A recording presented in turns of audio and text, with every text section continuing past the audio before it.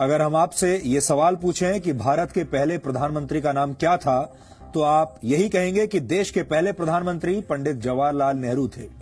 भारत के छोटे से छोटे स्कूल और बड़ी से बड़ी यूनिवर्सिटी के छात्र यही जवाब देंगे, क्योंकि बचपन से ही भारत में स्कूल की किताबों में यही इतिहास पढ़ाया गया है। आपकी कोई गलती नहीं है, लेकिन ये बात पूरी तरह सच नहीं है।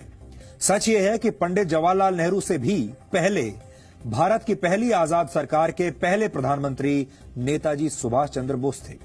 शायद आपको इस बात पर यकीन नहीं होगा, लेकिन इसमें आपकी कोई गलती नहीं है। आजाद भारत में सरकारों ने कुछ खास किस्म के इतिहासकारों को ही मान्यता दी और इन इतिहासकारों ने भारत के इतिहास से जुड़ी बहुत सारी महत्वपूर्ण घटनाओं को आपसे छुपा लिया। नेताजी सुभाष चंद्र बोस भारत की पहली आजाद सरकार के प्रधानमंत्री, विदेश मंत्री और रक्षा मंत्री थे, लेकिन यह बात कभी भी आपको बताई नहीं गई, न ही आपको पढ़ाई गई। भारत सरकार ने आज एक बहुत बड़ा फैसला लिया है। इसी महीने 21 अक्टूबर को भारत की पहली आजाद सरकार की 75वीं वर्षगांठ मनाई जाएगी। इस सरकार को आजाद हिंद सरकार कहा जाता है। यह सरकार 21 अक्टूबर 1943 को बनी थी और इसका अर्थ यह हुआ कि भारत की मौजूदा सरकार ने सुभाष चंद्र बोस द्वारा स्थापित आजाद हिंद सरकार को मान्यता दे दी है। इस मौके पर प्रधानमंत्री नरेंद्र मोदी लाल किले का दौरा करेंगे और वहां आजाद हिंद फौज संग्रहालय का उद्घाटन करेंगे। इसके अलावा इसी वर्ष 30 दिसंबर को प्रधानमंत्री मोदी अंडमान निकोबार जाएंगे, क्योंकि करीब 75 वर्ष पहले 30 दिसंबर 1943 को ही अंडमान निकोबार में पहली बार सुभाष चंद्र बोस ने तिरंगा फहराया था। ये तिरंगा आजाद हिंद फौज का था और ये भारतीय जमीन पर आजादी की पहली निशानी थी। मौजूदा सरकार ऐसा क्यों कर रही है, इसके पीछे की राजनीति क्या है, ये सब कुछ तो आपने दिन भर न्यूज चैनलों पर होने वाली डिबेट्स में सुन लिया होगा, लेकिन कोई ये बात नहीं कर रहा कि नेताजी सुभाष चंद्र बोस के योगदान को हमारे देश में कमतर क्यों माना गया। आजाद हिंद फौज और आजाद हिंद सरकार जैसी उपलब्धियों को किनारे क्यों लगा दिया गया, ये सवाल आज गहरे विश्लेषण की मांग कर रहे हैं। अगर किसी परीक्षा में यह सवाल पूछ लिया जाए कि भारत की पहली आजाद सरकार के प्रधानमंत्री का नाम क्या था और आप उसके जवाब में नेताजी सुभाष चंद्र बोस का नाम लिख दें, तो आपके सारे नंबर कट जाएंगे, क्योंकि ये जवाब गलत माना जाएगा और यही इस देश का सबसे बड़ा दुर्भाग्य है। आजाद भारत के पहले प्रधानमंत्री जवाहरलाल नेहरू थे, लेकिन भारत की पहली आजाद सरकार के प्रधानमंत्री नेताजी सुभाष चंद्र बोस थे। ये फर्क आपको हमेशा याद रखना चाहिए और सुभाष चंद्र बोस को हमेशा उनके हिस्से का सम्मान देना चाहिए, ये मिलना ही चाहिए। भारत की पहली आजाद सरकार की स्थापना और उसकी घोषणा सुभाष चंद्र बोस ने 21 अक्टूबर 1943 को की थी। इस घोषणा के तुरंत बाद 23 अक्टूबर 1943 को आजाद हिंद सरकार दूसरे विश्व युद्ध के मैदान में उतर गई थी। आजाद हिंद सरकार के प्रधानमंत्री नेताजी सुभाष चंद्र बोस ने ब्रिटेन और अमेरिका के खिलाफ युद्ध का ऐलान कर दिया था।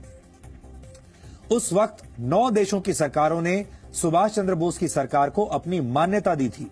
जापान ने 30 अक्टूबर 1943 को आजाद हिंद सरकार को मान्यता दी। उसके बाद जर्मनी, फिलीपींस, थाईलैंड, मंचूरिया और क्रोएशिया ने भी आजाद हिंद सरकार को अपनी मान्यता दे दी। आजाद हिंद सरकार ने जापान सरकार के साथ मिलकर म्यांमार के रास्ते पूर्वोत्तर भारत में प्रवेश करने की योजना बनाई थी। सुभाष चंद्र बोस ने बर्मा की राजधानी रंगून को अपना हेडक्वार्टर बनाया और तब वहां जापान का कब्जा हुआ करता था। 18 मार्च 1944 को सुभाष चंद्र बोस की आजाद हिंद फौज ने भारत की धरती पर कदम रखा था और उस जगह को अब नागालैंड की राजधानी कोहिमा के नाम से जाना जाता है। आजाद हिंद फौज के शौर्य में कोई कमी नहीं थी, लेकिन 2 प्रमुख वजहों से सुभाष चंद्र बोस की आजाद हिंद फौज कोहिमा से आगे नहीं बढ़ पाई। पहली वजह यह थी कि यह युद्ध जंगलों में लड़ा जा रहा था और तब जुलाई का महीना था और भारी बारिश की वजह से सेना का आगे बढ़ना मुश्किल था। और दूसरी बड़ी वजह यह थी कि आजाद हिंद फौज के पास एयर सपोर्ट नहीं था। ब्रिटिश सेना के पास लड़ाकू विमान थे, जिनके सामने आजाद हिंद फौज के सैनिक मजबूर हो गए।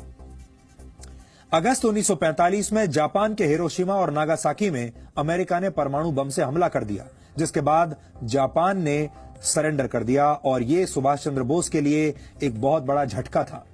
अमेरिका और ब्रिटेन ने दूसरा विश्व युद्ध जीत लिया, लेकिन नेताजी सुभाष चंद्र बोस ने हिम्मत तब भी नहीं हारी।